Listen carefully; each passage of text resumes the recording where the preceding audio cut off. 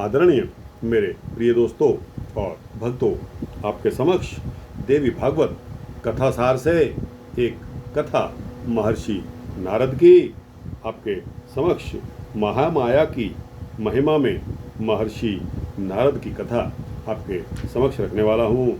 दोस्तों, 5-6 मिनट का यह सूक्ष्म वृतांत है, अतः आपसे विनती है कि बने रहिए इस वृतांत के अंत तक। तो दोस्तों, आइए इस देवी भागवत कथासार की महर्षि नारद की कथा आपके समक्ष रख रहा हूँ।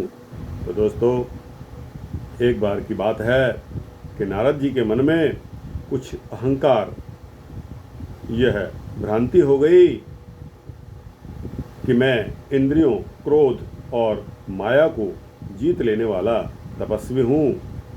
दोस्तों, यह बहुत बड़ी बात है कि इंद्रियों को वश में करना, क्रोध को वश में करना और माया को जीत लेने वाला जो कोई भी मनुष्य होता है वह साक्षात बहुत महान पुरुष होता है। तो दोस्तों, इस पर भगवान विष्णु ने उन्हें समझाया कि जब मैं ब्रह्मा, शिव और सनक आदि मुनि की माया पर विजय विष्णु जी ने उन्हें समझाया कि जब मैं ब्रह्मा, शिव और सनक आदि मुनि भी माया पर विजय प्राप्त नहीं कर सके तो तुम्हें ऐसा सोचना भी नहीं चाहिए। इस पर नारद जी ने माया को देखने की इच्छा प्रकट की। अब दोस्तों, यहाँ टेस्ट हो रहा है, परीक्षा हो रही है। किसकी हो रही है? महर्षि नारद की। भगवान विष्णु गरुड़ पर उन्हें बैठाकर एक दिव्य रमणीक सरोवर के तट पर ले गए और उसमें स्नान करने को कहा। उस सरोवर में जैसे ही नारद जी ने डुबकी लगाई, वे एक सुंदर युवती के रूप में परिणित हो गए। जब युवती के रूप में परिणित हो गए, सरोवर से निकलने पर उन्हें अपने स्वरूप का ज्ञान विस्मृत हो चुका था। भगवान विष्णु वहाँ से अंतर्ध्यान हो चुके थे। इतने में ही तालध्वज नामक एक राजा उधर आ निकला और सुंदर स्त्री के रूप में नारद जी को देखकर उसने उनसे प्रणय याचना की। नारद जी को अपना ज्ञान तो विस्मृत हो ही चुका था, स्त्री के रूप में उन्हें आश्रय की आवश्यकता भी थी, अतः वे राजा तालध्वज की महारानी बन गए। कालांतर में वे अनेकों पुत्रों की माता भी बन गए, अनेक पौत्र भी हुए। इस प्रकार वे माया विमोहित होकर अपने परिवार में ही अत्यंत आसक्त हो गए। उनका दिव्य ज्ञान विस्मृत हो चुका था।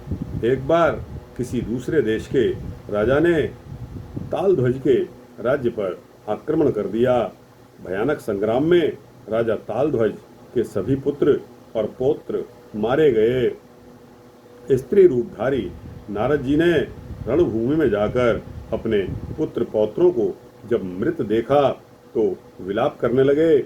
इतने में वृद्ध ब्राह्मण रूपधारी भगवान विष्णु ने वहां आकर उनको जगत की नश्वर गति समझाते हुए सरोवर में स्नान करके मृत पुत्र पौत्रों को तिलांजलि देने के लिए कहा। जैसे ही स्त्री रूपधारी नारद जी ने उस सरोवर के जल में डुबकी लगाई तो वे अपने वास्तविक नारद रूप में आ गए।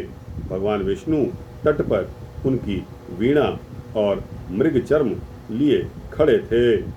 नारद जी को पुनः अपने स्वरूप की स्मृति हो आई तो वे विस्मय में पड़ गए। उन्हें विस्मयान्वित देखकर भगवान विष्णु ने कहा कि हे नारद, यहाँ आओ। वहाँ क्या कर रहे हो? इधर राजा तालध्वज अपनी स्त्री को सरोवर से वापस न आया देखकर विलाप करने लगे। तब भगवान विष्णु तथा नारद ने उन्हें प्रबोधित किया। उनकी ज्ञान चर्चा से राजा तालध्वज के मन में वैराग्य भाव उत्पन्न हो गया।